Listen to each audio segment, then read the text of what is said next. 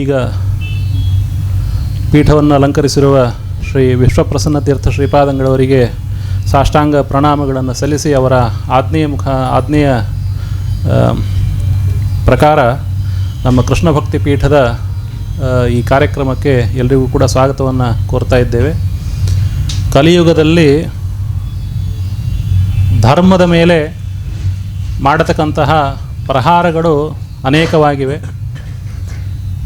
ಅಂತಹ ಎಲ್ಲ ಪ್ರಹಾರಗಳನ್ನು ತಪ್ಪಿಸಿಕೊಳ್ಳಲಿಕ್ಕೆ ನಮಗೆ ಭಗವಂತನ ಪಾದಾರವಿಂದವೇ ಗತಿ. ಅಂತಹ ಒಂದು ಕಾಲದಲ್ಲಿಯೇ ಕೃಷ್ಣ ಅವತಾರ ಮಾಡಿ ಧರ್ಮದ ಸಂರಕ್ಷಣೆಯನ್ನು ಮಾಡಿದ್ದ.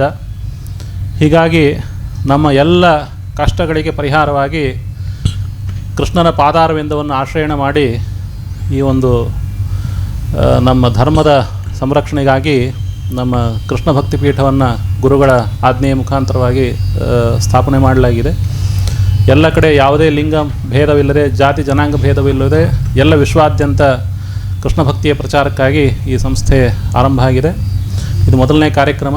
ಈ ಸಂದರ್ಭದಲ್ಲಿ ನಮ್ಮ ಕರ್ನಾಟಕ ಸಂಸ್ಕೃತ ವಿಶ್ವವಿದ್ಯಾಲಯ, ನನ್ನ ಸಂಸ್ಥೆ, ನಮ್ಮ ಕೃಷ್ಣ ಭಕ್ತಿ ಪೀಠ ಹಾಗೂ ಅಖಿಲ ಭಾರತ ಮಾಧ್ವ ಮಹಾಮಂಡಲ ಈ ಮೂರು ಸಂಸ್ಥೆಗಳ ಸಹಯೋಗದಲ್ಲಿ ಸಂಸ್ಕೃತ ಮಾಸ ತದಂಗವಾಗಿ ಒಂದು ಸಂಸ್ಕೃತೋತ್ಸವದ ಅಂಗವಾಗಿ ಭಾಗವತದ ವಾಚನ ಮತ್ತು ವ್ಯಾಖ್ಯಾನ ಕಾರ್ಯಕ್ರಮವನ್ನು ಮಾಡ್ತಾ ಇದ್ದೇವೆ. ನಿನ್ನೆನೇ ಎಲ್ಲ ವಿಷಯಗಳನ್ನು ಹೇಳಾಗಿದೆ. ಸಂಸ್ಕೃತ ಸಾಹಿತ್ಯದಲ್ಲೇ ತುಂಬ ಅತ್ಯುತ್ಕೃಷ್ಟವಾದ ಕೃತಿ ಅದು ಭಾಗವತ ಪುರಾಣ.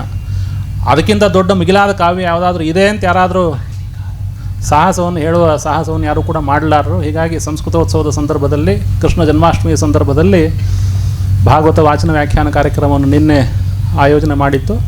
ನಿನ್ನೆಯೂ ಕೂಡ ಅದ್ಭುತವಾಗಿ ವಿದ್ವಾನ್ ಐತರೇಯಾಚಾರ್ಯ ಹಾಗೂ ಕೃಷ್ಣರಾಜಾಚಾರ್ಯ ಅವರಿಂದ ವ್ಯಾಖ್ಯಾನ ಹಾಗೂ ಪ್ರಾದೇಶಾಚಾರ್ಯರ ಒಂದು ಅದ್ಭುತವಾದ ವಾಚನ ಕಾರ್ಯಕ್ರಮ ನಿನ್ನೆ ನಡೆದಿದೆ. ಇವತ್ತು ನಮ್ಮ ಮಾನ್ಯ ಕುಲಪತಿಗಳಾದಂತಹ ಪ್ರೊಫೆಸರ್ ಅಹಲ್ಯ ಶರ್ಮಾ ಅವರು ಈ ಕಾರ್ಯಕ್ರಮಕ್ಕೆ ಬಂದಿದ್ದಾರೆ. ಅವರಿಗೆ ನಾನು ಹೃತ್ಪೂರ್ವಕವಾದಂತಹ ಸ್ವಾಗತವನ್ನು ಕೋರ್ತಾ ಇದ್ದೇನೆ. ಮೊದಲೇ ಹೇಳಿದಂತೆ ಕೃಷ್ಣನಿಗೆ ಗಂಡಸರು ಬ್ರಾಹ್ಮಣರು ಯಜ್ಞದಲ್ಲಿ ಕುಳಿತ ಬ್ರಾಹ್ಮಣರು ಆಹಾರವನ್ನು ಕೊಡಲಿಲ್ಲ, ವಿಪ್ರ ಪತ್ನಿಯರ ಆಹಾರವನ್ನು ಕೊಟ್ಟರು. ಹೀಗಾಗಿ ಹೆಂಗಸರಿಗೆ ಭಕ್ತಿ ಅಂತ ಅನ್ನೋದು ಜಾಸ್ತಿ. ಹೀಗಾಗಿ ಈ ಕಾರ್ಯಕ್ರಮವನ್ನು ನಾವು ಮಾಡಬೇಕು ಅಂತ ಕೂಡಲೇ ಅವರು ವಿಶೇಷವಾಗಿ ತಮ್ಮ ಎಲ್ಲ ಸಹಕಾರಗಳನ್ನು ಕೊಟ್ಟು ಕಾರ್ಯಕ್ರಮವನ್ನು ಮಾಡಿ ಅಂತ ಹೇಳಿದರು. ನಿನ್ನೆ ಪೂರ್ವ ನಿಯೋಜಿತ ಕಾರ್ಯಕ್ರಮದಂತೆ ಬರಲಿಕ್ಕಾಗಲಿಲ್ಲ, ಆದರೆ ಇವತ್ತು ಉಪಸ್ಥಿತರಿದ್ದಾರೆ. ಅವರಿಗೆ ಹೃತ್ಪೂರ್ವಕವಾದ ಸ್ವಾಗತಗಳು. ಹಾಗೆ ನಮ್ಮ ಮಾನ್ಯ ಕುಲಸಚಿವರಾದ ಡಾಕ್ಟರ್ ರೂಪಶ್ರೀಯವರು ಕೂಡ ಸಂದರ್ಭದಲ್ಲಿ ಉಪಸ್ಥಿತರಿದ್ದಾರೆ. ಅವರಿಗೂ ಕೂಡ ನಾನು ಹೃತ್ಪೂರ್ವಕವಾದ ಸ್ವಾಗತಗಳನ್ನು ಕೋರುತ್ತೇನೆ. ನಮ್ಮ ಆಚಾರ್ಯರಾದ ನಾಗಸಂಪಿಗೆ ಆಚಾರ್ಯರು, ಪೂರ್ಣಪ್ರಜ್ಞ ಸಂಶೋಧನಾ ಮಂದಿರದ ನಿರ್ದೇಶಕರು ಇಲ್ಲಿ ಉಪಸ್ಥಿತರಿದ್ದಾರೆ. ಅವರಿಗೆ ನಿನ್ನೆಯೂ ಕೂಡ ಅವರು 2 ಮಾತುಗಳನ್ನು ಆಡಿ ಆಶೀರ್ವಾದ ಮಾಡಿದರು. ನಮ್ಮ ಮೊದಲನೇ ಕಾರ್ಯಕ್ರಮ ಆದ್ದರಿಂದಾಗಿ ಅವರ ಉಪಸ್ಥಿತಿ ನಮಗೆ ಧೈರ್ಯವನ್ನು ನೀಡಿದೆ. ಅವರಿಗೆ ಹೃತ್ಪೂರ್ವಕವಾದ ಪ್ರಣಾಮಗಳನ್ನು ಮತ್ತು ಸ್ವಾಗತಗಳನ್ನು ಸಲ್ಲಿಸುತ್ತೇನೆ. ಯಾರೇ ಆಗಲಿ ಮತ್ತೆ ಹೊಸಬರು ಬಂದವರು ಮೊದಲು ಸ್ವಿಚ್ ಆಫ್ ಮಾಡಿ ಸೈಲೆಂಟ್ ಮಾಡಿ ಇಲ್ಲಿ ಕೂತ್ಕೊಳ್ಬೇಕು. ಯಾಕೆ ಅಂತಂದರೆ ವಿಡಿಯೋ ರೆಕಾರ್ಡಿಂಗ್ ಆಗ್ತಾಯಿದೆ. ಅದೇ ಪ್ರಧಾನ ಉದ್ದೇಶದಿಂದ ಮಾಡ್ತಾ ಇದ್ದೇವೆ. ಮತ್ತು ನಮ್ಮ SVBC ಚಾನಲ್ನ ನಿರ್ದೇಶಕರು, TTDಯ ಹಿಂದಿನ ಸದಸ್ಯರು, TTD ಬೋರ್ಡಿನ ಸದಸ್ಯರು ಆದಂತಹ ಶ್ರೀ ಅನಂತ ಅವರು ನಮ್ಮ ಆತ್ಮೀಯ ಸ್ನೇಹಿತರು ಈ ಸಂದರ್ಭದಲ್ಲಿ ಉಪಸ್ಥಿತರಿದ್ದಾರೆ. ಅವರಿಗೂ ಕೂಡ ನಾನು ಹೃತ್ಪೂರ್ವಕವಾದ ಸ್ವಾಗತವನ್ನು ಸಲ್ಲಿಸ್ತಾ ಇದ್ದೇನೆ.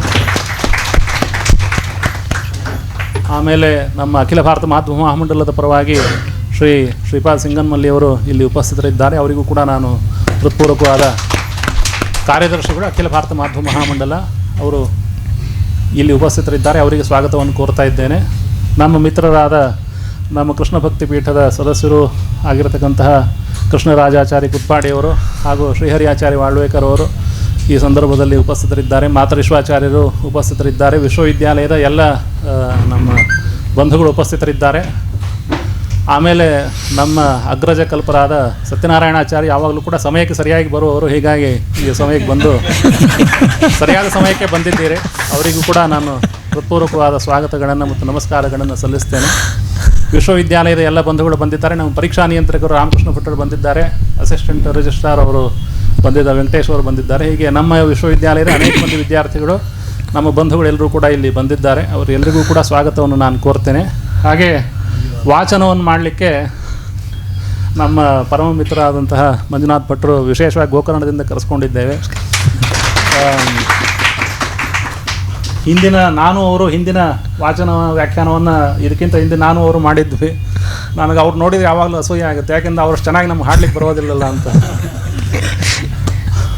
ಅಂತಹ ತುಂಬ ಗುಣಃ ಪೂಜಾಸ್ಥಾನಂ ಗುಣಿಷು ನಚಲಿಂಗಂ ನಚವಯ, ನೀವು ಎಲ್ಲರೂ ಕೂಡ ಅವರ ಗಾನದ ವೈಭವವನ್ನು ಆನಂದಿಸಲಿದ್ದೀರಿ. ಅವರಿಗೂ ಕೂಡ ಸ್ವಾಗತವನ್ನು ಕೋರ್ತೇನೆ.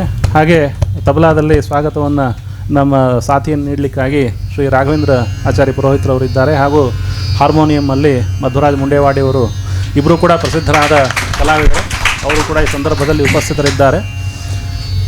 ಮತ್ತು ಎಲ್ಲ ನಮ್ಮ ಸಹಯೋಗಿಗಳು, ವಿಶೇಷವಾಗಿ ವಿಡಿಯೋ ರೆಕಾರ್ಡಿಂಗ್ ಮಾಡಲಿಕ್ಕೆ ನಮ್ಮ ನರಸಿಂಹ ತ್ರಿವಿಕ್ರಮ ಅವರು ಕೂಡ ಈ ಸಂದರ್ಭದಲ್ಲಿ ನಿನ್ನೆಯೂ ಕೂಡ ಸಹಕಾರವನ್ನು ನೀಡಿದ್ದಾರೆ. ಎಲ್ಲರಿಗೂ ಕೂಡ ಪುನಃ ಸ್ವಾಗತವನ್ನು ನಾನು ಕೋರ್ತಾ ನಾನು 2 ಮಾತುಗಳನ್ನು ಮುಕ್ತಾಯ ಮಾಡ್ತೇನೆ. ಎಲ್ಲರೂ ಕೂಡ ಆನಂದ ಅನುಭವಿಸರಿ. ಇದು ನಮ್ಮ ಶ್ರಮ ಭಕ್ತಿಯ ಪ್ರಚಾರಕ್ಕಾಗಿ. ಈ ಒಂದು ವಾಚನ ಮತ್ತು ವ್ಯಾಖ್ಯಾನಗಳನ್ನು ಕೇಳಿದಾಗ ಯಾರಿಗಾದರೂ ಕಣ್ಣಲ್ಲಿ 2 ಹನಿ ನೀರು ಬಿದ್ದರೆ, ಆನಂದಾಶ್ರುಗಳು ಬಂದರೆ ಅದು ನಮ್ಮ ಶ್ರಮ ಸಾರ್ಥಕ ಅಂತ ಅಂದ್ಕೊಂಡಿದ್ದೇನೆ. ಖಂಡಿತವಾಗಿ ಹಾಗೇ ಆಗುತ್ತೆ. ಪುನಃ ಎಲ್ಲರಿಗೂ ಕೂಡ ಸ್ವಾಗತ. ಕೃಷ್ಣಾರ್ಪಣಮಸ್ತು.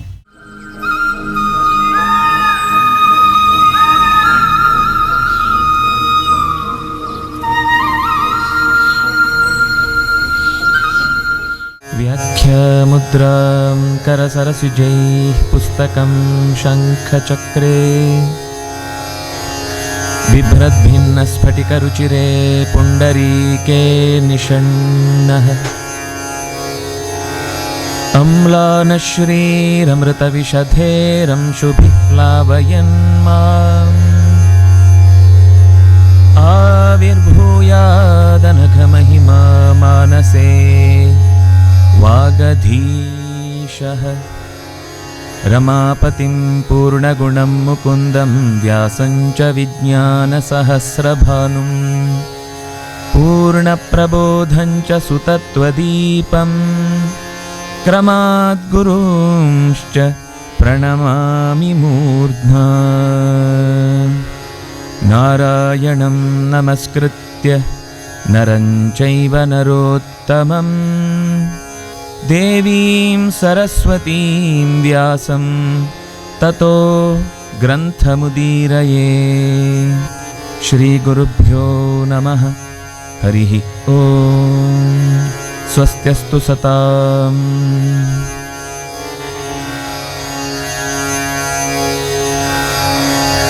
ಕೃಷ್ಣನ ಪದತಲಗಳನ್ನು ಮನಸಾ ಸ್ಮರಿಸಿ ನೆರೆದಿರುವ ಎಲ್ಲ ಗುರು ಹಿರಿಯರನ್ನು, ಕೃಷ್ಣ ಭಕ್ತರನ್ನು ಅಭಿನಂದಿಸಿ, ಕೃಷ್ಣ ಅಂದರೆ ಆ ಶಬ್ದ ಹೇಳುವಾಗಲೇ ಮೈ ಜುಮ್ ಅನ್ಬೇಕು. ಅಂಥ ಒಂದು ಸೂಜಿಗಲ್ಲಿನ ಆಕರ್ಷಕ ವ್ಯಕ್ತಿತ್ವ. ಶಬ್ದದಲ್ಲೇ ಇದ್ದದ್ದು ಅವನ ಬದುಕಿನಲ್ಲೂ ಇತ್ತು, ಇದ್ದದ್ದು ಮತ್ತೆ ಅದು ಆತನ ಮಾತಿಗೂ ಬಂತು. ಅವನು ಇಲ್ಲದೇ ಇದ್ದಾಗ ಅವನ ಆ ಸೂಜಿಗಲ್ಲಿನ ವ್ಯಕ್ತಿತ್ವವನ್ನು ನಾವು ಈಗ ಪಡೆಯುವುದು ಹೇಗೆ? ಅದಕ್ಕೋಸ್ಕರವೇ ತನ್ನ ರೂಪವನ್ನು ಭಾಗವತದಲ್ಲಿಟ್ಟು ನಮ್ಮ ಹತ್ತಿರ ಬಿಟ್ಟು ಹೋದ. ಬಳಸಿಕೊಂಡ್ರೆ ಈಗಲೂ ನಮ್ಮ ಕಣ್ಣ ಮುಂದೆ ನಮ್ಮ ಜೊತೆಗೆ ಇಲ್ಲೇ ಕುಣಿತಾ ಇದ್ದಾನೆ ಅಂತ ನಾವು ಆಸ್ವಾದಿಸಿದರೆ ಅವನು ಕುಣಿಯುವುದನ್ನು ನಾವು ಕಾಣಬಹುದು. ಯಾಕೆ ಕೃಷ್ಣನ ಬಗ್ಗೆ ಅಷ್ಟೊಂದು ಕಾತರ, ಅಷ್ಟೊಂದು ಕಾಣಬೇಕೆನ್ನ ಅನ್ನುವ ತವಕ ಅಂದರೆ, ನಾವು ಕೆಲವೊಂದು ಸರ್ತಿ ಈ ಆಕಾಶ ಕಾಯಗಳನ್ನು ಭೂಮಿಗೆ ಹತ್ತಿರ ಬರುತ್ತೆ, 89 ವರ್ಷಕ್ಕೊಮ್ಮೆ ಬರುತ್ತೆ, ಕೆಲವು 136 ವರ್ಷಕ್ಕೊಮ್ಮೆ ಬರುತ್ತೆ, ಇನ್ನು ಕೆಲವು ಹೀಗೆ ಒಂದೊಂದು ಕಾಲಕ್ಕೆ ಬರುತ್ತೆ. ಅವತ್ತೆಲ್ಲರೂ ಇವತ್ತು ರಾತ್ರಿ ಮಿಸ್ ಮಾಡಬೇಡಿ, ಎಲ್ಲರೂ ನೋಡಿ ಅಂತ ನಾವು ಎಷ್ಟೋ ಸರ್ತಿ ಕೇಳ್ತೇವೆ ವಾರ್ತಾ ವಾಹಿನಿಗಳಲ್ಲಿ.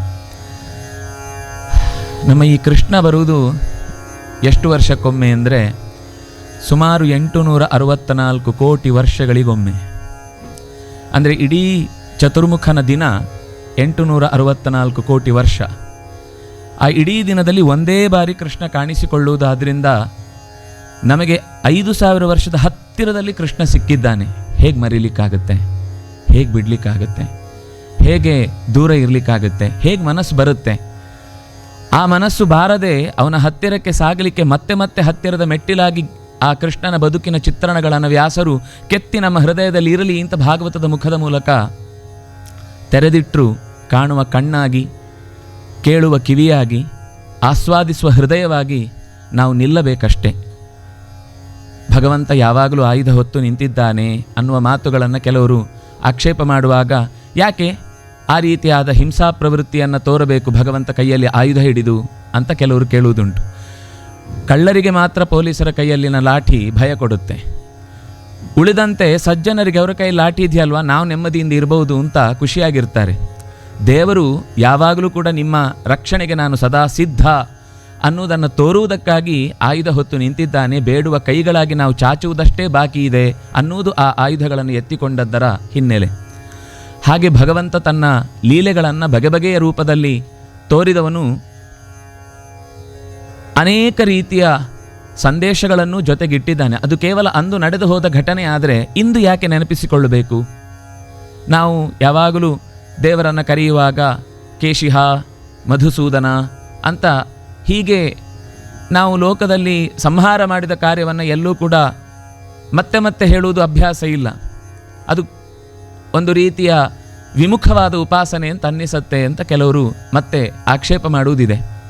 ಆದರೆ ಅಂದು ಸತ್ತ ಕೇಶಿ ಅಥವಾ ಅಂದು ಸತ್ತ ಮಧು ಇಂದೂ ಕೂಡ ನಮ್ಮ ನಡುವೆ ಮತ್ತೆ ಮತ್ತೆ ಎದ್ದು ಬರ್ತಾನೆ ಇರ್ತಾನೆ ಅನ್ನುವುದನ್ನು, ನಮ್ಮೊಳಗಿನ ಗುಣಗಳ ದುರ್ಗುಣಗಳ ಕೊಳೆಯನ್ನು ಕಳೆಯುವುದಕ್ಕಾಗಿ ಆ ನಾಮಗಳ ಅನುಸಂಧಾನ ಮಾಡುವುದು ಅನ್ನುವುದನ್ನು ಆ ಭಕ್ತರು ಮತ್ತೆ ಮತ್ತೆ ಆ ನಾಮಗಳ ಅನುಸಂಧಾನದ ನಾಮಗಳನ್ನು ಹೇಳುವಂಥದ್ದು. ಗೋಪಿಯರು ಕೂಡ ನಿರಂತರವಾಗಿ ಭಗವಂತನನ್ನು ತಮ್ಮ ಬದುಕಿನಲ್ಲಿ ಹಚ್ಚಿಕೊಂಡವರು, ಮೆಚ್ಚಿಕೊಂಡವರು. ಎಲ್ಲಿಯವರೆಗೆ ಅಂದರೆ ಅಚ್ಚೊತ್ತಿಕೊಂಡವರು. ಯಾವ ರೀತಿಯಿಂದಲೂ ಅವನನ್ನು ಬಿಟ್ಟು ಬದುಕಲಿಕ್ಕೆ ಅವರು ಇಷ್ಟಪಡದವರು. ಆದರೆ ಸಲುಗೆಯು ಕೆಲವೊಂದು ಸರ್ತಿ ಎಲ್ಲೋ ದುರುಪಯೋಗ ಆಗತ್ತೆ ಅನ್ನುವ ಪ್ರಸಂಗವನ್ನು ಭಾಗವತ ಗೋಪಿಗೀತೆಯ ಮೂಲಕ ಹೇಳ್ತಾ ಇದೆ.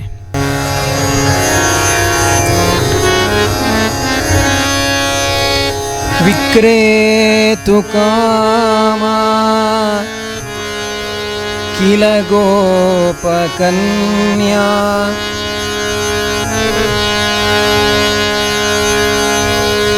ವಿಕ್ರೇತು ಕಾಮ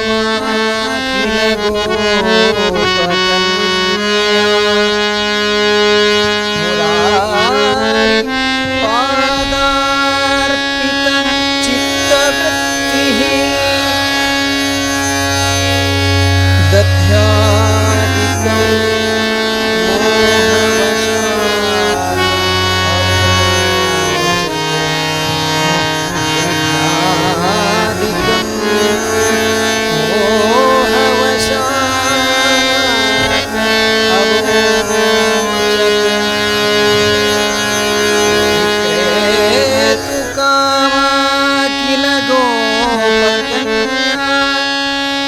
ಮುರಾರಿ ಪಾದಾರ್ಪಿತ ಚಿತ್ತವೃತ್ತಿಃ ದಧ್ಯಾದಿಕಂ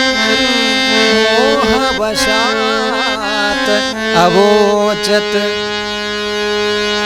ಗೋವಿಂದ ದಾಮೋದರ ಮಾಧವೇತಿ ಗೋವಿಂದ ದಾಮೋದರ ಮಾಧವೇತಿ ಗೋವಿಂದ ದಾಮೋದರ ಮಾಧವೇತಿ ಗೋವಿಂದ ದಾಮೋದರ ಮಾಧವೇತಿ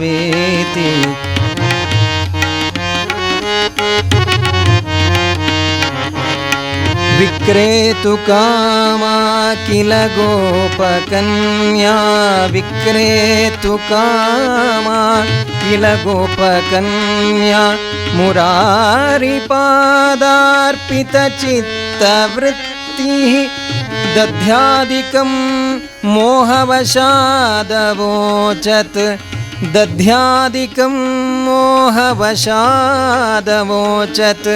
ಗೋವಿಂದ दामोदर माधवेति गोविंद दामोदर माधवेति गोविंद दामोदर माधवेति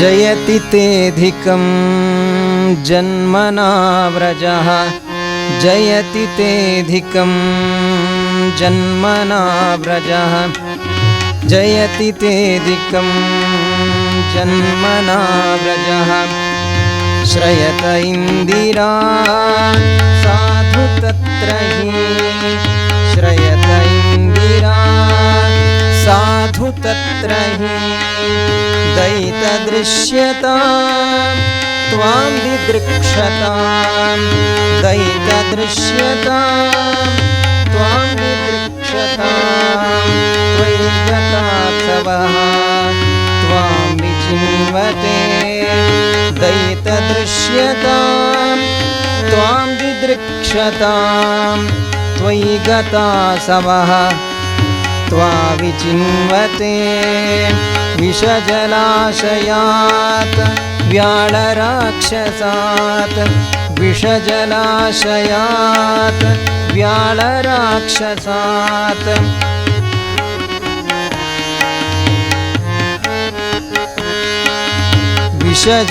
विषजलाशयात् व्याळराक्षसात् वर्षमारुतात् वैद्युतानलात् वर्षमारुतात् वैद्युतानलात् वृषमयाद्भयात् वृषमयाद्भयात् विश्वतोमुखात् वृषमयाद्भयात् विश्वतोमुखात् वृषभते वयं रक्षितामुः वृषभते वयं रक्षितामुः अटति यद्भवान् अह्निकाननम् अटति यद्भवान् अह्निकाननम् त्रुटियुगायते त्वामपश्यतां त्रुटियुगायते त्वामपश्यतां कुटिलकुन्तलं श्रीमुखं च ते कुटिलकुन्तलं श्रीमुखं च ते जडवदीक्षताम् जडवदीक्षतां पक्ष्मनुद्रशां जडवदीक्षतां पक्ष्मनुद्रशां व्रजजनौकसं व्यक्तिरङ्गते व्रजजनौकसं व्यक्तिरङ्गते वृजिनहन्त्यलं विश्वमङ्गलं विश्वमङ्गलं भजमनार्चनः भजमनार्चनः भजमनार्चनः त्वत्स्पृहामनां स्वजनहृद्रुजां यन्निसूदनं स्वजनहृद्रुजां यन्निसूदनं जयति तेऽधिकं जन्मना व्रजः जयति तेऽधिकं जन्मना व्रजः श्रयत इन्दिरा साधु तत्र हि श्रयत इन्दिरा साधु तत्र हि दयितदृश्यतां त्वां दिदृक्षतां त्वयि गतासवस्त्वा विचिन्वते दयितदृश्यतां त्वां दिदृक्षतां त्वयि गतासवः त्वां विचिन्वते त्वा विचिन्वते त्वा विचिन्वते ಸಂಪತ್ತು ಬದುಕಿಗೆ ಬೆಳವಣಿಗೆಯನ್ನುಂಟು ಮಾಡಿದರೆ ಆವಾಗ ಅದು ಸತ್ಸಂಪತ್ತು ಅಂತ. ಅಕಸ್ಮಾತು ಆ ಸಂಪತ್ತಿನ ಬಳಕೆ ದುರುಪಯೋಗ ಆಗಿಬಿಟ್ರೆ ಅದು ಮಹಾ ಅನರ್ಥಕ್ಕೆ ಕಾರಣ ಆಗುತ್ತೆ. ಕೃಷ್ಣ ಗೋಕುಲದ ವೃಂದಾವನದ ಸಂಪತ್ತಾಗಿ ಪ್ರತಿಯೊಬ್ಬರಿಗೂ ಕೂಡ ಕೃಷ್ಣನ ಜೊತೆಗಿರಬೇಕು, ಕೃಷ್ಣನನ್ನು ನೋಡಬೇಕು, ಕೃಷ್ಣನನ್ನು ಮಾತಾಡಿಸಬೇಕು ಅನ್ನುವ ನಿರಂತರವಾದ ಒಂದು ಹಂಬಲ ಇತ್ತು. ಆ ಹಂಬಲಕ್ಕೆ ಕೃಷ್ಣ ಆಹಾರವಾಗಿಯೂ ಅವರನ್ನು ಜೊತೆಯಾಗಿ ಎಲ್ಲ ಕಾರ್ಯದಲ್ಲೂ ತೊಡಗಿಸಿಕೊಳ್ತಾ ಇದ್ದ. ಎಷ್ಟು ಆತ್ಮೀಯತೆ ಅಂದರೆ ಅವರ ಎಲ್ಲ ಕೆಲಸಗಳಿಗೂ ಕೃಷ್ಣ ತಾನು ಸೇರಿ ಎಲ್ಲ ಕೆಲಸ ಮಾಡಿಕೊಡ್ತಿದ್ದ. ಅವರ ಮನೆಯ ಕೆಲಸಗಳಿಗೂ ತಾನು ಜೊತೆಯಾಗಿರ್ತಿದ್ದ. ಅದು ರಾಮನ ಕಥೆಯನ್ನು ಹೇಳುವಾಗಲೂ ಈ ಮಾತು ಬರುತ್ತೆ. ನಮ್ಮ ಮನೆಯ ಮಗನನ್ನು ಕಳೆದುಕೊಂಡ ಮೇಲೆ ಈ ಮನೆಯಲ್ಲಿ ನಾವು ಮನೆಯ ಯಾವುದೇ ಉತ್ಸವ ಸಂಸ್ಕಾರಗಳನ್ನು ಮಾಡುವುದು ಹೇಗೆ ಅಂತ ರಾಮಚಂದ್ರ ಹೊರಟ ಮರುದಿನದಲ್ಲಿ ಎಲ್ಲ ಕಾರ್ಯಕ್ರಮಗಳನ್ನು ಊರಿಡಿ ಅಘೋಷಿತವಾಗಿ ನಿಲ್ಲಿಸಿಬಿಟ್ಟಿತು. ಕೃಷ್ಣನನ್ನು ಹಾಗೇ ಹಚ್ಚಿಕೊಂಡದ್ದು ಕೇವಲ ಮನುಷ್ಯರು ಮಾತ್ರ ಅಲ್ಲ, ಅವನು ನಡೆದು ಹೋಗುವ ದಾರಿಯ ಮರಗಳು, ಅವನು ನಡೆಯುವಾಗ ಕಾಲಡಿಗೆ ಸಿಕ್ಕಿಬಿದ್ದಂತಹ ಅನೇಕ ತೃಣಜೀವಿಗಳು, ಓಡಾಡ್ತಾ ದೂರದಲ್ಲಿ ಅವನನ್ನು ಕಾಣಲಿಕ್ಕೋಸ್ಕರ ಕಣ್ಣು ಬಿಟ್ಟು ನೋಡ್ತಾ ಇದ್ದ ಹಸು ಹಯನುಗಳು, ಆಚೆ ಈಚೆ ಅವನ ಸಹಕಾರಕ್ಕಾಗಿ ಬರ್ತಾ ಇದ್ದಂಥ ನೋಡ್ಲಿಕ್ಕೋಗಿ ಅವನ ಕೈಯಲ್ಲಿ ಸಿಕ್ಕಿದ ಬೆಣ್ಣೆಯನ್ನು ತಿನ್ಲಿಕ್ಕೋಸ್ಕರ ಬರ್ತಾ ಇದ್ದ ಉಳಿದ ಪ್ರಾಣಿ ಪಕ್ಷಿಗಳು ಎಲ್ಲವೂ ಅವನು ಅಂದರೆ ಒಂದು ಹಬ್ಬ. ಭುವನೋತ್ಸವೋ ಭೂತ್ ಅಂತನ್ನುವ ಮಾತು ಹೇಳುತ್ತಾರೆ. ಅವನು ಲೋಕಕ್ಕೆ ಹಬ್ಬನಾದ ಅಂತ. ಅಂತಹ ಹಬ್ಬದ ಸ್ವರೂಪದಲ್ಲಿರುವ ಕೃಷ್ಣನನ್ನು ಹತ್ತಿರದಲ್ಲಿ ಹಚ್ಚಿಕೊಂಡು ಎಲ್ಲ ಕಾರ್ಯದಲ್ಲೂ ಅವನನ್ನು ಕಾಣ್ತಾ ಇದ್ದಂತಹ ಗೋಪಿಕೆಯರು ಅದೊಂದು ಸಂದರ್ಭದಲ್ಲಿ ಏನೇನೋ ಕಾರ್ಯದಲ್ಲಿ ತತ್ಪರರಾದವರು ಕೃಷ್ಣನ ಮೇಲೆ ಭಾರವನ್ನು ಹಾಕಿ ಎಲ್ಲ ಕೆಲಸವನ್ನು ಅವನು ಒಪ್ಪಿಸಿ ಹೋಗಿಬಿಟ್ರು. ಒಬ್ಬಳಂತೂ ಕೃಷ್ಣ ನನ್ನನ್ನು ಎತ್ತಿಕೋ ಅಂದ್ಲು. ಕೃಷ್ಣ ಎತ್ತಿಕೊಂಡು ಬಹಳ ದೂರಕ್ಕೆ ಹೋಗುವ ಸಂದರ್ಭ. ಒಂದು ಮರದ ಕೊಂಬೆಯ ಮೇಲೆ ಅವಳನ್ನು ಕೂಡಿಸಿದ್ದಾನೆ. ಇನ್ನೂ ಏನೋ ಕೇಳಿದ್ದಾಳೆ. 2 ಹೆಜ್ಜೆಗಳು ಅದು ಗೊತ್ತಾಗಿದ್ದು ಯಾವಾಗ ಅಂದರೆ ಈ ಹೆಣ್ಣುಮಕ್ಕಳೆಲ್ಲ ಕೃಷ್ಣ ಎಲ್ಲೂ ಕಾಣಿಸ್ತಾ ಇಲ್ಲಲ್ಲ ಅಂತ ಹುಡುಕಿಕೊಂಡು ಹೋಗುವಾಗ 2 ಹೆಜ್ಜೆಗಳು ಅಕ್ಕಪಕ್ಕದಲ್ಲಿ ಬಹಳ ದೂರದ ತನಕ ಚೆನ್ನಾಗಿ ಸಾಗಿದವುಗಳಲ್ಲಿ 2 ಹೆಜ್ಜೆ ಮರೆಯಾಗಿ ಮತ್ತೆ 2 ಹೆಜ್ಜೆಗಳ ಗುರುತು ಸಿಕ್ಕಿ ಒಂದು ಮರದ ಬುಡದ ಮೇಲಿನ ಟೊಂಗೆಯನ್ನು ನೋಡಿದಾಗ ಅಳುತ್ತಾ ಕುಳಿತಿರುವ ಗೋಪಿಕೆಯೊಬ್ಬಳು ಕಂಡಳು. ಕಣ್ಣಲ್ಲಿ ಧಾರಾಕಾರವಾದ ನೀರು. ಕೃಷ್ಣನನ್ನಿಲ್ಲಿ ಇರಿಸಿ ಹೊರಟು ಹೋದವ ಮತ್ತೆ ಮರಳಿ ಬರಲಿಲ್ಲ. ಅವರೆಲ್ಲರೂ ಕೂಡ ಯಾಕೆ ಆಯಿತು, ಏನಾಯಿತು ಅಂತೆಲ್ಲ ಮಾತಾಡಿಕೊಳ್ತಾ ಆಮೇಲೆ ಅವರಿಗೆ ಅರ್ಥ ಆಯಿತು, ಹತ್ತಿರದಲ್ಲಿದೆ ಎನ್ನುವ ವಸ್ತು ಸುಲಭದಲ್ಲಿ ಸಿಕ್ಕಿತು ಅನ್ನುವ ಕಾರಣಕ್ಕಾಗಿ ಅದನ್ನು ಬೇಕಾಬಿಟ್ಟಿಯಾಗಿ ಬಳಸಿಕೊಂಡ್ರೆ ಅಥವಾ ಆ ವಸ್ತುವಿನ ಬೆಲೆಯನ್ನು ನಾವು ಮರೀತಾ ಹೋದರೆ ಅದು ಮತ್ತೆ ನಮ್ಮ ಕೈಯಿಂದ ಜಾರತ್ತೆ ಅನ್ನೋದು ಅವರಿಗೆ ಅರ್ಥ ಆಯಿತು. ಕೃಷ್ಣನನ್ನು ತುತಿಸ್ಲಿಕ್ಕೆ ಶುರು ಮಾಡಿದರು, ಪ್ರಾರ್ಥಿಸಿದರು ಅವನನ್ನು. ಆ ಪ್ರಾರ್ಥನೆ ಮಾಡುವಾಗ ಕೃಷ್ಣನನ್ನು ನೀನು ಯಾವಾಗಲೂ ಎಲ್ಲರಿಗಿಂತ ದೊಡ್ಡವನು, ಅದನ್ನು ನಾವು ಮರೆತೆವು. ದೊಡ್ಡದು ಅನ್ನೋದನ್ನು ನಾವು ಮರೆತಾಗ ದಡ್ಡರಾಗ್ತೇವೆ. ಆ ದಡ್ಡತನಕ್ಕೆ ನಾವು ಯಾವತ್ತೂ ಕೂಡ ಅವಕಾಶ ಕೊಡಬಾರದು ಅನ್ನುವುದಕ್ಕೋಸ್ಕರ ಇಡೀ ಜಗತ್ತಿನ ಎಲ್ಲವನ್ನೂ ತನ್ನ ವಶದಲ್ಲಿ ಇಟ್ಟುಕೊಂಡು ಅದನ್ನು ಬೇಕಾದಂತೆ ನಡೆಸಿಕೊಳ್ಳುವಂತಹ ಲಕುಮಿಯೂ ಕೂಡ ಒಂದು ದಿನವೂ ಕೂಡ ಭಗವಂತನ ಕಾರ್ಯದಲ್ಲಿ ತಾನು ಇಷ್ಟೆಲ್ಲ ಸಹಕಾರ ನೀಡುತ್ತೇನೆ. ಯಸ್ಯಾ ಅಪಾಂಗಲವ ಮಾತ್ರತ ಊರ್ಜಿತಾ ಸಾ ಶ್ರೀಹಿ ಯತ್ ಕಟಾಕ್ಷ ಬಲವತಿ ಅಜಿತಂ ನಮಾಮಿ ಅಂತ ಅವಳನ್ನು ಸ್ತುತಿಸುವಾಗ ಜಗತ್ತಿನ ಎಲ್ಲವೂ ಕೂಡ ಯಾರ ಕಡೆಗಣ್ಣ ನೋಟದ ಕೊನೆಯಲ್ಲಿ ಚೆನ್ನಾಗಿ ಭ್ರೂ ವಿಜೃಂಭದಂತೆಯೇ ಅದು ಅಲ್ಲಾಡುತ್ತೋ ಅಂಥವಳೂ ಕೂಡ ನಿನ್ನ ಅತ್ಯಂತ ಪ್ರೀತಿಗೆ ಪಾತ್ರಳಾಗಿ ಹೇಳಿದ ಎಲ್ಲ ಕಾರ್ಯಗಳನ್ನು ಅಚ್ಚುಕಟ್ಟಾಗಿ ನಡೆಸುವವಳು.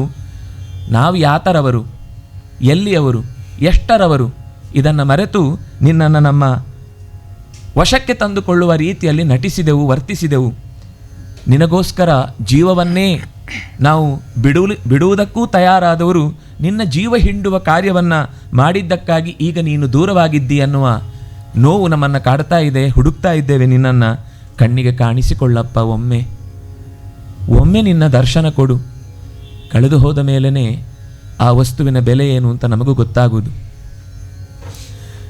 ಎಲ್ಲ ಸಂಗತಿಗಳು ಅದು ಅನುಭವಿಸಿದವರಿಗೆ ಗೊತ್ತು, ಹೇಳಲಿಕ್ಕೆ ಸಾಧ್ಯ ಇಲ್ಲ ಆ ಶಬ್ದಗಳನ್ನು. ಕಳೆದುಕೊಂಡದ್ದು ತುಂಬ ದೊಡ್ಡದು, ಹತ್ತಿರದಲ್ಲಿ ಇಲ್ಲದೆ ಹೋದಾಗ ಅದು ವ್ಯಕ್ತಿ ಆಗಿರ್ಬೋದು, ವಸ್ತು ಆಗಿರಬಹುದು. ವ್ಯಕ್ತಿ ಆದಾಗಲಂತೂ ಅದು ಇನ್ನೂ ದೊಡ್ಡದು. ನಮಗೆ ವ್ಯಕ್ತಿ ಮಾತ್ರ ಅಲ್ಲ, ಅದು ಆ ಕಾಲದ ದೊಡ್ಡ ಶಕ್ತಿ. ಅದನ್ನು ಕಳೆದುಕೊಂಡಾಗ ಅದರ ಜೀವನದ ಅನುಭವವನ್ನು ಕೇಳಲಿಕ್ಕೆ ಮತ್ತೊಮ್ಮೆ ಆ ಮಾತು ನಮ್ಮ ಕಣ್ಣ ಮುಂದೆ ಮತ್ತೆ ಎದುರಿಗೆ ಇಲ್ಲ ಅಂತ ಆದಾಗ ಅದನ್ನು ನೆನೆಸಿದರೆ ಆ ದುಃಖವನ್ನು ತಡಿಲಿಕ್ಕಾಗುವುದಿಲ್ಲ. ಅವರಿಗೆ ತಾವು ಏನು ಕಳ್ಕೊಂಡಿದ್ದೇವೆ ಅಂತ ಆ ಕ್ಷಣದಲ್ಲಿ ಅರ್ಥವಾಗ್ತಾ ಇದೆ, ಕಾಣಿಸಿಕೊಳ್ಳಪ್ಪ. ಹಲ್ಲಿರುವಾಗ ಹಲ್ಲಿನ ಬೆಲೆ ಗೊತ್ತಾಗುವುದಿಲ್ಲ, ಅದಕ್ಕೊಂಚೂರು ಹುಳುಕಾದಾಗ ಗೊತ್ತಾಗುತ್ತದೆ ಎಷ್ಟು ಕೆಲಸ ಮಾಡ್ತಿತ್ತು ಅಂತ. ಎಡಗೈ ಅಂತ ನಾವು ದೂರ ಇಡಬಹುದಾದ ಕೈಯೂ ಕೂಡ ನೋಯಿಸಿದಾಗಲೇ ಗೊತ್ತಾಗೋದು ಆ ಕೈ ಎಷ್ಟು ಕೆಲಸ ಮಾಡುತ್ತೆ ಅಂತ. ಅಥವಾ ಕಣ್ಣಿನ ಒಂದು ರೆಪ್ಪೆಗೆ ಏನೋ ತೊಂದರೆ ಆಯಿತು ಅಂತಂದಾಗ ಅದು ಹೇಳದೆ ಕೇಳದೆ ನಮ್ಮ ಕಣ್ಣಿನ ಎಷ್ಟು ಕಸಗಳನ್ನು ಹೊರಕ್ಕಿನಿಂದ ಬರುವುದನ್ನು ತಡೆದು ನಿಲ್ಲಿಸಿ ನಮಗೆ ಅನುಕೂಲ ಮಾಡಿಕೊಟ್ಟಿತ್ತು ಅಂತ. ಅದಕ್ಕೊಂದು ರೆಪ್ಪೆ ತುದಿಯಲ್ಲಾದ ಒಂದು ಸಣ್ಣ ಹುಣ್ಣು ನಮಗೆ ಎಚ್ಚರ ಕೊಡುತ್ತೆ ಅದು ಎಷ್ಟು ಕೆಲಸ ಮಾಡ್ತಿತ್ತು ಅಂತ. ಒಂದೊಂದು ವಸ್ತುವೇ ಹೀಗಾದರೆ ಬದುಕಿನ ಎಲ್ಲ ಇಂದ್ರಿಯಗಳ ಕಾರ್ಯವನ್ನೂ ಮಾಡುವಂತೆ ಪ್ರೇರೇಪಿಸುವ ಭಗವಂತನ ಆ ಹತ್ತಿರದ ಸಾನ್ನಿಧ್ಯವನ್ನು ಕಳೆದುಕೊಂಡಂತಹ ಗೋಪಿಯರ ಮನಸ್ಸಿನಲ್ಲಿ ಅದೇನು ವೇದನೆ, ಅದೇನು ಆರ್ತ ಒಳಗಿನಿಂದ ತುಂಬಿಕೊಂಡಿತ್ತು. ಅವ್ರು ಹೇಳ್ತಾರೆ, ಎಷ್ಟೆಲ್ಲ ಅಪಾಯಗಳಿಂದ ನಮ್ಮನ್ನು ಪಾರು ಮಾಡಿದ್ದಿ, ಎಷ್ಟೆಷ್ಟು ಥರದ ತೊಂದರೆಗಳಿಗೆ ನಾವೆಲ್ಲರೂ ಈಡಾಗಿದ್ದೆವು.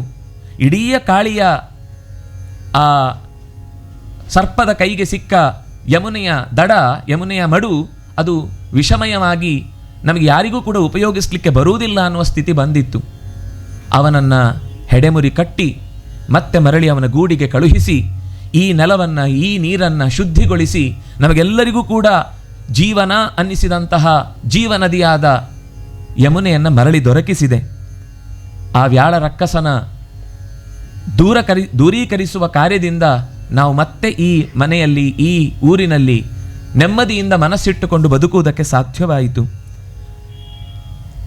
ಅತ್ಯಂತ ಜೋರಾಗಿ ಬೀಸಿದ ಗಾಳಿಗೆ ಹುಟ್ಟಿಕೊಂಡ ಕಾಳ್ಗಿಚ್ಚಿನಿಂದ 2 ಬಾರಿ ನಮ್ಮ ಇಡೀ ಪರಿವಾರವನ್ನು ರಕ್ಷಿಸಿದವನು ನೀನು. ಒಂದು ಬಾರಿ ಅವರಿಗೆ ಎಚ್ಚರ ಇತ್ತು, ಒಂದು ಬಾರಿ ಅವರಿಗೆ ಎಚ್ಚರ ಇರಲಿಲ್ಲ ಅಷ್ಟೇ. ಎಚ್ಚರ ಇದ್ದಾಗ ಕಣ್ಣು ಮುಚ್ಚಿಯಿಂದ ನಾನು ಏನು ಮಾಡ್ತೇನೆ ಅದು ನಿಮಗೆ ನೋಡುವುದಕ್ಕಾಗುವುದಿಲ್ಲ ಅಂತ. ಹಾಗಾಗಿ ಇಡೀ ಕಾಡು ಸುಟ್ಟು ದಳ್ಳುರಿ ಅವನನ್ನು, ಇಡೀ ಊರನ್ನೇ ಸುಡುವ ಸಂದರ್ಭ ಬಂದಾಗ ಬಾಯಿ ತೆರೆದು ಇದ್ದಕ್ಕಿದ್ದಂತೆ ಎಲ್ಲವನ್ನು ನುಂಗಿದ. ಅದೇನು ಬಾಯಿ ತೆರೆದು ನುಂಗಿದ್ದು? ಮುಖದಿಂದಲೇ ಅಗ್ನಿ ಹುಟ್ಟಿದ್ದಾದ್ರಿಂದ ಅದು ವಾಪಸ್ಸು ಅಗ್ನಿ ಎಲ್ಲಿ ಹುಟ್ಟುತ್ತೋ ತನ್ನ ಯೋನಿಯಲ್ಲೇ ಅದು ಶಾಮ್ಯತಿ ಮುಳುಗುತ್ತೆ ಅನ್ನುವ ಕಾರಣವನ್ನು ತನ್ನ ಮೂಲ ರೂಪ ಬೇರೆ ಅಲ್ಲ, ತಾನು ಇರುವ ಈ ಕೃಷ್ಣ ರೂಪ ಬೇರೆ ಅಲ್ಲ ಅನ್ನೋದನ್ನು ತೋರಿದ. ನಮಗೆ ಆ ಘಟನೆಗಳನ್ನು ನೋಡುವಾಗ ಏನೋ ಸೂಪರ್ ಮ್ಯಾನ್ ಮಾಡಿದ ಕಾರ್ಯದಂತೆ ಅಷ್ಟೇ ಕಾಣುತ್ತೆ. ಅದು ತತ್ವವನ್ನು ತಿಳಿಸುವುದಕ್ಕೋಸ್ಕರ ಇರುವಂತಹ ಕೆಲವು ಘಟನೆಗಳು. ಹಾಗಾಗಿ ಅಂತಹ ಮಹಾ ಅಗ್ನಿಯಿಂದ ನಮ್ಮನ್ನು ಪಾರು ಮಾಡಿದೆ. ಮಳೆ, ಬಿಸಿಲು, ಗಾಳಿ, ಚಳಿ ಇಂತಹ ಅನೇಕ ವಿಕೋಪಗಳಿಗೆ ನಾವು ತುತ್ತಾದ ಸಂದರ್ಭ, ಆ ಬೆಟ್ಟವನ್ನು ಎತ್ತಿ ಹಿಡಿದ ಸಂದರ್ಭದಲ್ಲಿ ಇಂದ್ರನ ಕೋಪಕ್ಕೆ ತುತ್ತಾಗಿ ಪುಷ್ಕರಾವರ್ತಕದಂತಿರುವಂತಹ ಅತ್ಯಂತ ಘೋರವಾದ ಮುಸಲಧಾರೆಯ ಮಳೆಯ ಹನಿಗಳು ನಮ್ಮನ್ನು ಛಿದ್ರವಾಗಿಸುವ ಹೊತ್ತಿನಲ್ಲಿ ಯಾವ ಬೆಟ್ಟವನ್ನು ನೀವು ಪೂಜಿಸಿ ಗೌರವಿಸಿ ಅದನ್ನು ನಮಿಸಿದ್ರೋ ಅದೇ ನಿಮ್ಮನ್ನು ರಕ್ಷಣೆ ಮಾಡುತ್ತೆ ಅಂತ ಬೆಟ್ಟವನ್ನೇ ಎತ್ತಿ ನಮ್ಮನ್ನು ನೀರು ರಕ್ಷಿಸಿದಿ. ಅದರಿಂದಾಗಿ ಮುಹುಹು ರಕ್ಷಿತಾವಯಂ. ಏನು ಹೇಳಿ, ಎಷ್ಟು ಘಟನೆಗಳನ್ನು ನೆನಪಿಸಿಕೊಳ್ಳುವುದು. ಬದುಕಿನ ಪ್ರತಿ ಹೆಜ್ಜೆಯೂ ಕೂಡ ನಾವು ಅವರಿಂದ ರಕ್ಷಿತರು ಅನ್ನೋದು ನಮಗೆ ನೆನಪಿರಬೇಕು. ತಿಂದ ಮೇಲೆ ಹೊಟ್ಟೆಯಲ್ಲಿ ಏನಾಯಿತು ಅಂತ ಗೊತ್ತಿಲ್ಲ. ಹೆಚ್ಚು ಕಮ್ಮಿ ಆದರೆ ಡಾಕ್ಟರ್ ಹತ್ರ ಹೋಗುವುದು, ಗುಡುಗುಡು ಅಂತ ಇದೆ ನೋಡಿ ಅನ್ನೋದು. ಅವರು ಒಂದು ಕೊಡ್ತಾರೆ, ಏನೋ ಗುಣ ಆದರೆ ಬರುವುದಿಲ್ಲ, ಗುಣ ಆಗದೇ ಇದ್ರೂ ಬರಲ್ಲ ಅಂತ. ಆದರೆ ಅವರಿಗೂ ಗೊತ್ತಿಲ್ಲ ಒಳಗೇನಿದೆ ಅಂತ. ಎಲ್ಲ ಮಾಡಿ ಆದಮೇಲೆ ನಮ್ಮ ಕಾರ್ಯ ನಾವು ಮಾಡಿದ್ದೇವೆ, ಇನ್ನು ದೇವರ ಹತ್ರ ಕೇಳಿ. ಅದನ್ನೇ ಶಾಸ್ತ್ರ ಹೇಳಿತು, ಮೊದಲೇ ದೇವರನ್ನು ಪ್ರಾರ್ಥಿಸಿ ಹೋಗಿ. ಅವರು ಮಾಡುವುದು ಮಾಡಲೇಬೇಕು. ಅದರ ಅರ್ಥ ದೇವರನ್ನು ಪ್ರಾರ್ಥಿಸಿ ಅಂತ ಅನ್ನೋದರ ಅರ್ಥ ವೈದ್ಯರನ್ನು ಕಾಣಬೇಡಿ ಅಂತಲ್ಲ. ವೈದ್ಯರನ್ನು ಕಾಣುವುದು ಕಾಣಲೇಬೇಕು. ಯಾಕೆಂದರೆ ಆ ವೈದ್ಯನಲ್ಲೂ ನಿಂತು ಭಿಷಕ್ಕಾಗಿ ಭೇಷಜ ಮದ್ದಿನಲ್ಲಿ ಭೇಷಜನಾಗಿ ಎಲ್ಲ ಅಂಶಗಳಿಂದ ನಮಗೆ ಔಷಧನಾಗಿ ನಿಂತವನು ಅವನೇ ಅನ್ನುವ ಎಚ್ಚರವನ್ನು ಕೊಡುವುದಕ್ಕೋಸ್ಕರ ಆ ಮಾತು ಬಂತು. ನೀನು ಓಡಾಡುವ ಪ್ರತಿ ಹೆಜ್ಜೆಯೂ ಕೂಡ ನಮಗೆ ಅತ್ಯಂತ ಆನಂದ ಈಯುವಂಥದ್ದು. ನೀನಿಲ್ಲದ ಈ ಕ್ಷಣ, ಒಂದು ತ್ರುಟಿಯೂ ಕೂಡ, ಒಂದು ಸಣ್ಣ ಫ್ರ್ಯಾಕ್ಷನ್ ಆಫ್ ಸೆಕೆಂಡು ಕೂಡ ಅದು ಯುಗದ ಕೊನೆಯ ಕಾಲದ ತನಕ ನಮ್ಮನ್ನು ನುಂಗುವಂತೆ ಕಾಣಿಸ್ತಾ ಇದೆ. ನಮ್ಮ ಅತ್ಯಂತ ಮೆಚ್ಚಿನವರು ಪಕ್ಕದಲ್ಲಿ ನಿಂತಾಗ ಮಾತಾಡ್ತಾ ಇದ್ದರೆ ಬಸ್ ಸ್ಟ್ಯಾಂಡಿನಲ್ಲಿ ಬಸ್ ಇಷ್ಟು ಬೇಗ ಬಂತ ಅಂತ ಅನಿಸುತ್ತೆ.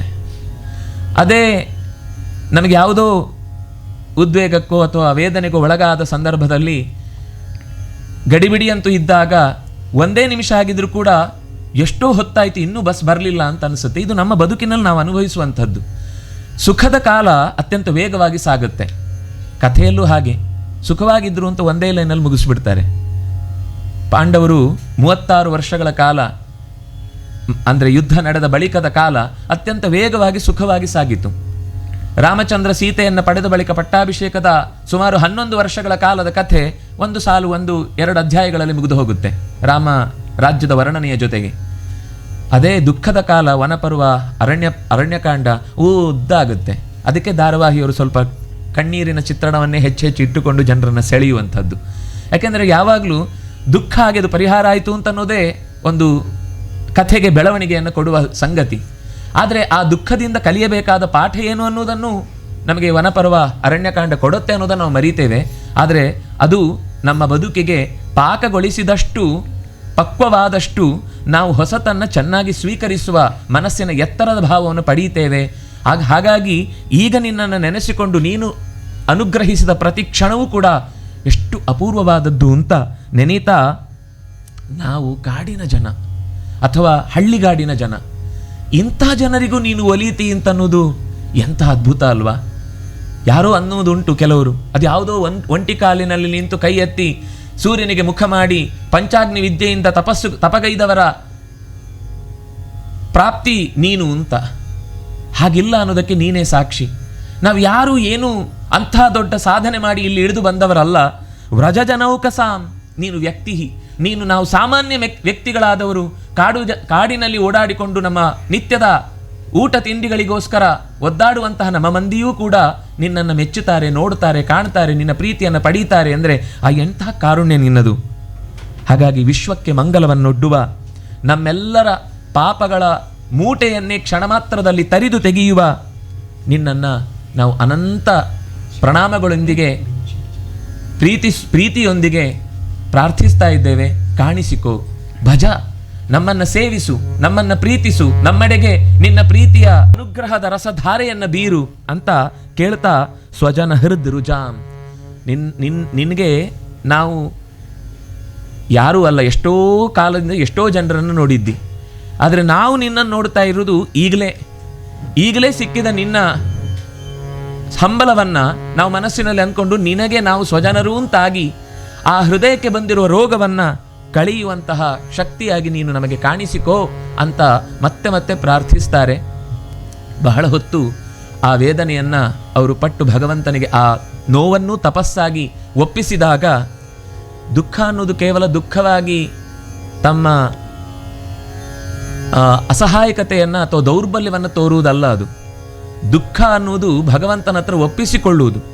ಈ ನಿನ್ನನ್ನು ಕಳೆದುಕೊಂಡ ವೇದನೆಯನ್ನು ಈಗ ಅರ್ಥ ಮಾಡಿಕೊಂಡು ಹೇಳ್ತಾ ಇರುವ ಮಾತನ್ನು ನಿನ್ನ ಪೂಜೆಯಾಗಿ ಕೊಡ್ತಾ ಇದ್ದೇವೆ ಅಂತ ಅವರು ಸುಸ್ವರಂ ರುರುದುಹು ಅಂತ.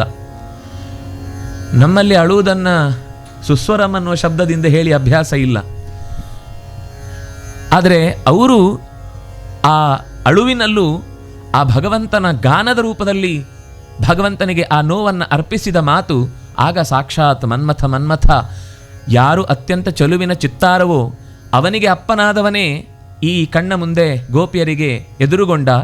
ಹಾಗಿರುವ ಆ ಕೃಷ್ಣನ ನೆನಪನ್ನು ಭಾಗವತ ಎಷ್ಟು ಚಂದ ವರ್ಣನೆ ಮಾಡುತ್ತೆ ಅಂದರೆ, ಅಲ್ಲಿರುವ ಎಲ್ಲ ಪದ್ಯಗಳನ್ನು ನೋಡಿಲ್ಲ, ಪ್ರತಿ ಪದವೂ ಕೂಡ ಅಲ್ಲಿ ಸಾಧು ಸಾಧು ಸಾಧು ಪದೇ ಪದೇ, ಅದು ಸ್ವಾದು ಸ್ವಾದು ಪದೇ ಪದೇ, ಪ್ರತಿ ಪದಗಳು ಕೂಡ ಅಷ್ಟು ಆಸ್ವಾದಕ್ಕೆ ಸಿಗುವಂಥದ್ದು.